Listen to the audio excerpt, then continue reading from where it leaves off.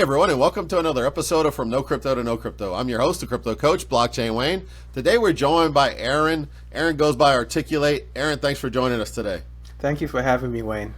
Absolutely, man. Definitely great to have you on. Aaron is with the Coreum Community DAO, and we're going to find out what that is and all those great things. But Aaron, before we jump into Coreum, tell us a little bit about your background and kind of what you did prior to getting into this space and also what got you into this space. All right, thank you for that question. So prior to this space, just to backtrack a couple of decades, I am a musician. I do reggae music. I started, born and raised in Jamaica, of course, and I started reggae music there. And I migrated to the US in my early 20s and, still continuing doing music. And then I kind of transferred into social media and became a meme maker at that point, early 2010 thereabouts, and I became like one of the top meme platforms on like Instagram, where I was doing like a couple million impressions per week, and I found a way how to market music business and stuff through memes, and that was one of the unique things at that time. And then through social media, I was always a tech, fascinated person. So I was always keeping up with the latest trends in tech, and I found, Bitcoin, blockchain, and, worked my way into more distributed ledger technology and other projects, and, found my way through to the XRPL, through Superledger, through Coreum. So that got me here. Oh, nice, man. So you've been a trendsetter the whole time, right? I mean, you were doing memes before it was the hot thing, and I definitely agree. I mean, that's going to translate into a lot of what we do now and marketing today. But yeah, man, that's a great story, and I know your music background. You and I talked about that. We shared a stage at NFT NYC last year on a panel, talking about education in this space. So yeah, you've leaving your mark in a lot of different places here. So tell me a little bit about, let's jump into Coreum. What is Coreum Community DAO, and what can you tell us about it? So firstly, Coreum is a third generation layer 1 blockchain. It came out of a project called Superledger, which is built on top of the XRP ledger. And they created Coreum out of a need. They needed to find a way how to make the best use of the XRP ledger. So they created Coreum. And what Coreum is, it's built on the Cosmos ecosystem. And you can, it's very fast, over 7,000 transactions per second. And, they just keep doing a lot development wise, and even today a project was launched, a new DEX, but it's fairly new, just over a year on mainnet, and still under, I would say, 10,000 holders, so it's still fresh. But the Coreum Community DAO is a validator service we provide on top of Coreum to secure the network. So we have, you could stake your Coreum and, get your rewards and stuff. But other than that, we provide education in the space, where we have a podcast as well called the Superledger Podcast.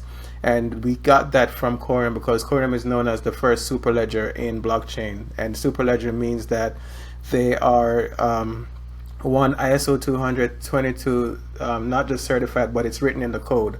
So every token, everything that's created on top of Coreum has the ISO messaging standard built into it. And on top of that, they, allow you to, have the smart token technology. What the smart token technology is, it's not just having a token and a smart contract, but merging both of them. So you could program your assets to do whatever you want it to do. So institutions and enterprises are finding use cases for that right now. They're running some pilot programs, but pretty much in the future, this could be a project that they use to do like programmable money and stuff like that. So, in a nutshell, that's what Coreum is. That's what the Coreum Community DAO is. The Superledger Podcast is growing every week. We have a Discord which is lively, and we not just do only Coreum related or only our project in our Discord. We have a tab for multiple other projects from different blockchains there. So it's a hub, in a sense where we're trying to merge communities together in the space. Awesome. Yeah, you mentioned education is a big factor there. Yes. Is a big focus, and that's what's important, right? Not just teaching people, hey, this is another blockchain, this is what we do, this is what makes it different, but let's educate everybody on some of the basics. Yes. So I think that's what caught my attention when you and I first talked about it. And that podcast you mentioned, where can people find out about that podcast? Right. So we do it live on X Spaces right now every Sunday at 3 p.m. Eastern, 12 p.m. Pacific, and we have different guests from different parts of the blockchain. Every week it's a unique experience. We do have people from Coreum Foundation who pop in from time to time and come there to give the community some updates, like the Crow Creator and stuff. So it's also a hub of information for different projects and different blockchains. Awesome. Definitely be sure to check that out. So what are you mentioned programmable money and use cases? Are there any things that you may have heard or any kind of use cases that stand out that from what you've heard about uses for that that particular feature you mentioned? It varies because there are different industries interested from what we've been told in the technology. So first of all, in Q3 of this year, Coreum, in collaboration with Solargenic, is going to go live with their asset tokenization gateway. Now, what that is, they're going to start with the stock market. So the stock market is going to be soon available on the blockchain, NASDAQ, everybody involved, where you're going to be able to tokenize stocks and trade them 24 hours around the clock. And with the smart token technology, you can, and let me not forget, because this is a huge piece of it, Coreum just achieved in the past month or so a great achievement by allowing XRP holders to bridge over their assets into the Cosmos ecosystem. So you're accessing over 100 blockchains through the two-way bridge back and forth. So you could take your asset from XRPL into the Cosmos and use the DeFi protocols there. And that's some of the use cases the smart token technology allow you to do. So by just doing that, you can leverage any of the 100 plus blockchains. And not just that, a lot of the main blockchains like Ethereum, Solana, Bitcoin, they're all having their IBC integration happening right now. So soon enough, you're going to be able to access most, if not all, blockchains interoperably, seamlessly through IBC and all the protocols. So that's the type of leverage and services that the smart token technology Coreum allows. They do have listed on their website CBDCs as a use case for that, where, say for instance, there's a crisis going on in like a war or a flood or whatever it is, and you want to send donations or you want to help out, you can program that asset to only be able to purchase certain things. So you could end corruption in a lot of different ways. By, if you send money as it is now, people could have the option to spend it on whatever they want. But if you want it to be used just for aid, food, and whatever, you can program that into the assets and it won't be able to be misused or abused. So, just a few use cases. Okay. Man, that, when I think about it, that's kind of why I question, because I've never heard it explained kind of like you. And a lot of people, when I hear people talk about CBDCs and programmable money, it's the flip side. It's that double-edged sword to where, like, if I go to fuel up my truck this week and it tells me I've used too much gas, I can't get any. That's not the type of programmability that we want, right? But from the aspect that you're talking about, it could be good things. So at the end of the day, it's all in the eyes of what kind of transparency is built in, who's controlling the controls in turn, or what oversight, what kind of DAO is controlling those controls. Because I don't want someone to limit to say, okay, I'm stuck at the gas station. I won't be able to get any more gas because I've driven too much this week. Right. But at the same time, if I donate money, I want to be able to say that money can only be used for certain things. Yes. Which is great. So that's I guess I see it's good to see both sides of the coin here, because I've always heard from people talking about the negatives of what a CBDC can bring, and I definitely see what you're talking about. I'm still not sold either way, but I definitely am seeing both sides of the coin here. There could be some good, there could be some bad, but there's got to be ways, as with anything else, right? There has to be ways to mitigate that risk, mitigate basically mitigate the chance for it to be corruptible, to where one corrupt force can control it and then become like, okay, I'm going to dictate who can and can't use their money. Yeah, because it's like, you look at, say, even in families where you passed on generational wealth, a lot of times it gets squandered by the later generations. And if you could, say, program that asset or those assets to only be used in a certain way, or at a certain time it unlocks, then you can keep the wealth flowing in your family. There's different use cases. Yeah, absolutely. Stop them from being able to blow it on stupid stuff. The time lock is good, man. I think about it. I never really had an inheritance, but when I was 18, I was in a pretty bad car accident. I got a decent settlement from that, and received that settlement as a 19-year-old that didn't have much common sense. And I wish I wouldn't have squandered that money the way I did. So looking back, that could be something similar that could have stopped me from just blowing it on stupid stuff. So things of that nature, not just the money itself, but the fact you could program assets as a musician, you could program the royalties and never get robbed again in the future. It opens up a lot for every industry. Absolutely. And you being a musician, I mean, you've dabbled around a lot in the Web3 space. What kind of things are you seeing for that Web3 is going to bring to the music industry? To be honest, there's a lot that Web3 can and will and is bringing to the music industry. As I mentioned, the fact that you can own your just the ownership aspect. So as a musician, I've been putting out a few NFTs on Omniflix, which is on the Cosmos ecosystem. It's a media hub. And I found it way easier and also way more beneficial for me as a musician than, say, 5 years on Spotify or Apple Music. You get what I'm saying? Yeah. So immediately I'm seeing the benefits of Web3 to musicians. And one, ownership of your music, your assets, so you can prove by having your music minted on the blockchain that, one, you own this piece of content or art, and also you have a closer engagement and relationship with your fan base.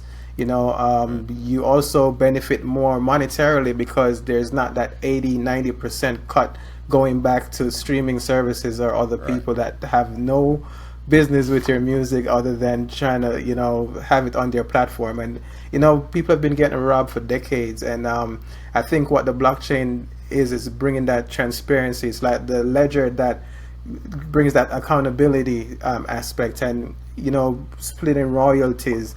There's no way someone can go back and change a paperwork here or there because it's on the blockchain, it's minted, it's there, it happened.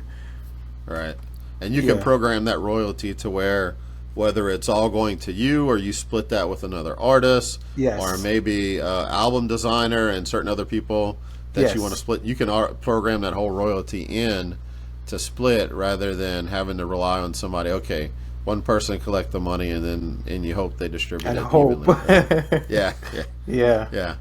And that's definitely something too. You mentioned the connection, right? The connection is big. Because I think that's something that's kind of being lost most of the time with most musicians is if I have a song and you just go find me on Spotify, I may be on your playlist, but you don't really know a lot about me or find out more about me. Whereas, years ago, people used to go into a store, they'd buy an album, right? Whether it was a cassette or record or anything in between, right? They would get an insert with a fold out that they would read everything on the inside of that. I remember that. And then sometimes you get the box sets that has other benefits, and so I'm curious to see that reemerge in the digital space to where you get that digital box set per se, or you get digital access to certain perks and benefits, and how musicians are going to use that. It's just interesting to see the potential there. Yeah, and just to build on that, what you just said, what I've been doing is one use case is the token gate, and that's a good way for you to kind of reward your most loyal supporters. And we're running a campaign now on Omnifix tomorrow where you can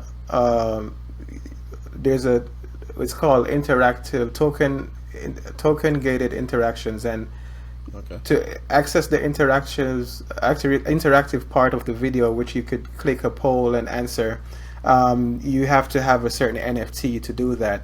And if you've been a person that has been supporting and have those NFTs, you can access the interactions and also claim the airdrop that comes from that. But what happened is they're implementing a collect now button. So if you don't have the NFT, you can go ahead and collect it now and become a part of the ecosystem. And I think with things like that, you can have now your wallet addresses of your most valuable supporters, and you can send them special exclusives, maybe tickets to your next show, whatever it is. There's just that barrier to entry in terms of artist to fan and fan to artist. You can unlock so much value there because you're on someone else's platform using, say, social media nowadays, where they use your data however they wanna, but now you can pretty much have that privacy piece. Depends on how you build your platform, but there's a lot more options to it in a decentralized manner where you can leverage the technology to benefit both sides. Man, there's so much you said there that I like. I'm a big fan of NFTs, so and I even said NFTs aren't going to get anywhere until we stop talking about floor price. Who cares what the floor price, which means what can somebody buy it and flip it for? What is the floor price is the lowest selling of that item. And if you don't know what floor price is, if you're listening, but we've got to get past that to where that NFT, when they're buying it, they're not thinking, oh, what am I going to be able to sell this NFT for in the future? No, what are they thinking? What do I get with this? What kind of access do I get? And they get all that access, man, and that's so many different things that you can do with that, to where you can add utility. And not only that, you mentioned having those wallet addresses so you can send event tickets or maybe discounts or perks or something. But imagine also being able to also evaluate those wallet addresses.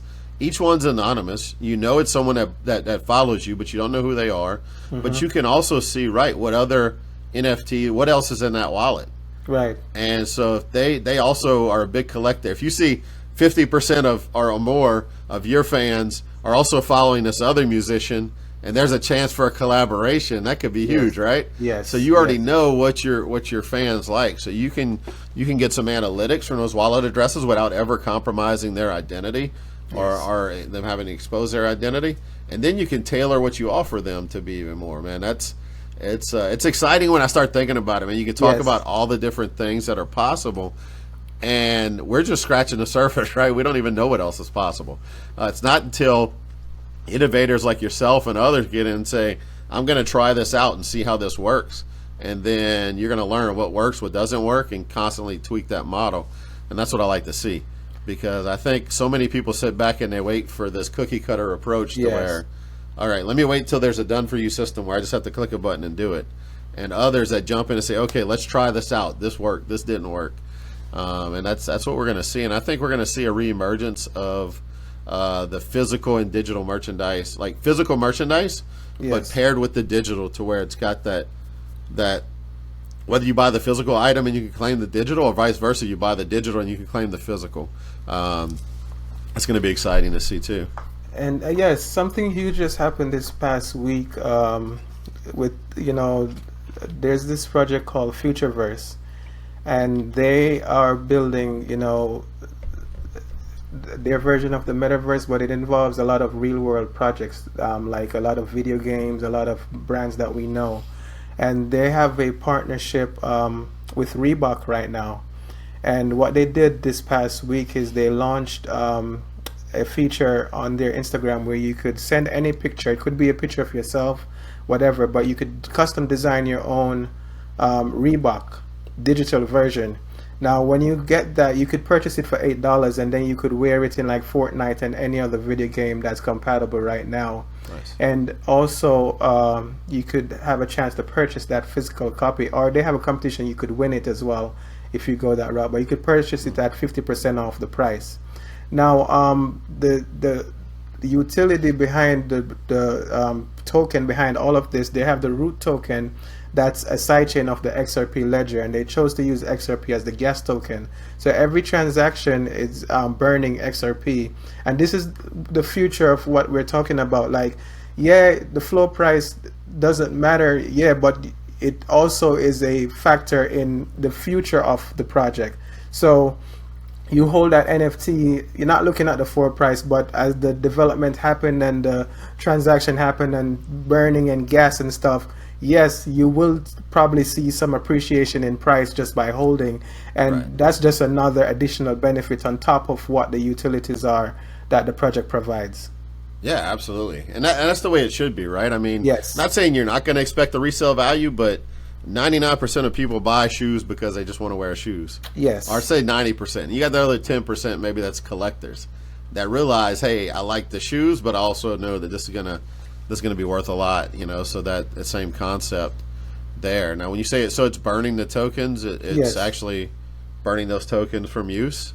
Yeah, so every transaction uses up a little bit of XRP and helps the XRP for price go up. The sidechains benefit. Everybody wins in a sense. But those are just some of the things as a Web3, and that's how I see myself. You described the fact that charting the course as a musician, being on the stage at NFT NYC 3 years in a row now, and being able to meet some of the leaders and the builders, in the space like yourself and other people who are leading out at the frontier of this thing. As a musician, one, I know I'm cognizant there's not a lot of us in the space right now, and two, there's not a lot of my niche in terms of reggae, so I know that what I'm doing in a sense is formulating something that probably will be replicated in the future, but setting a standard and making it easier for other artists in my genre, other artists in general, to leverage this technology and find it, as you said, the finished product in a sense, but also something that is usable and understandable at the time of mass adoption, that they can say, oh, this is an example of something that works. And even though we don't understand the mechanics of how it started, but we have something that you click a button, it does this, and we understand it. So you kind of going through dropping what doesn't work, put on what works, keep it, build on it, and for the future, for other people who come this way. Absolutely. Paving the digital road, right? Yes. Yeah, and that's what it needs to be. I mean, there's going to be a time where nobody's going to be talking about, they're not going to be saying NFTs, they're not going to be saying Web3. It's just going to be, that's just going to be the tech they're using to build what they need to build to connect with their, connect with everybody. So that's important. And you definitely seem to align with, a lot of, with several different projects that are really building building towards that future, and you're inserting yourself right in there. So that's great to see, man. So Artikyoul8, as we wrap up, can you tell everybody where they can? I know we mentioned the podcast already, so maybe can you drop that info again about the podcast, and then also where else can people find out more about Coreum and also follow you? Okay, so the podcast every Sunday at 3 p.m. Eastern on X, and we have a handle, the Superledger Pod. It's just like how it's spelled, the Superledger Pod, and you can follow for more info. We have the Coreum Community DAO, that is the umbrella organization that house all the operations we're doing with the podcast and more. And also, if you are into Coreum or would like to get into Coreum, you could find out more information at our Discord. I will have the link is actually in my bio on X. And I'll have it dropped here. I just wanted to know if there was a place you could send people. If not, just look in the comments. Yes. I've got it on the posted podcast. Yeah, so the Discord would be right there. You could join the Discord and ask any questions. We're, very good with getting back to people and also getting them the answer they need to move on to whatever they're doing. So you can find me on X at I am Artikyoul8, just like how you see Articulate is spelled there, but I am Artikyoul8 on X, on Instagram, Artikyoul8, on any streaming service out there. You can find me at Artikyoul8 to find more of my music. And with Coreum, you could go to Coreum.com, and they have a very robust website that you can find everything you need to know. I do believe that with what they're doing, especially with the tokenization aspect of things, that's going to be a huge thing with what the leaders in the space like BlackRock and stuff is focused on. All the banks, and they're starting with the stock market right now, but pretty soon you're going to be able to tokenize anything on the ledger. And they have the system built out. They've been having the tokenization simulator up for maybe 2 years now, where you could go and tokenize stocks and trade and test it out, but they're about to go live. And I think that's going to be a huge thing in general for not just Web2, Web3, but Web2, Wall Street coming into the game. So, you could find Coreum.com and test out the simulator for the ISO 222 standard as well. You could test some transactions and see how it works. And, that's all for me right now. Yes. Cool. Awesome. All right, Artikyoul8, man. It's been great having you on today, man. Any final words before we wrap up? I just want to say that it's been really good, a great experience in the space. It's very early days. I know that there are a lot of kinks to be worked out, but we're here working and we're here charting the course. I looking forward to the days, as you said, when the names or the 3-letter words are not affiliated too much. You're just using it, and I think in some cases it's being rolled out right now without her knowing, because you hear a lot of platforms like banks and stuff are going to real-time payments and real-time settlements, and that's kind of what they're going into without saying it. So that's how you probably see it first. Your bill comes faster in terms of when you pay it. The transactions roll over more in real time, or you experience your banking a little faster. So they're taking their time, dipping their toes into the technology, but they're not going to actually say it's blockchain and stuff. You're just going to get a more efficient service. But I thank you, Wayne, for having me on the show. I'm a fan of the show. I always try to catch the episodes when I can, but great job with what you're doing, and I'm very humbled and honored to be here. Thank you, man. It's been a pleasure as well. So thanks, Artikyoul8, again for joining us today, and thanks everybody for listening, and we'll catch you on the next episode. Take care, everybody.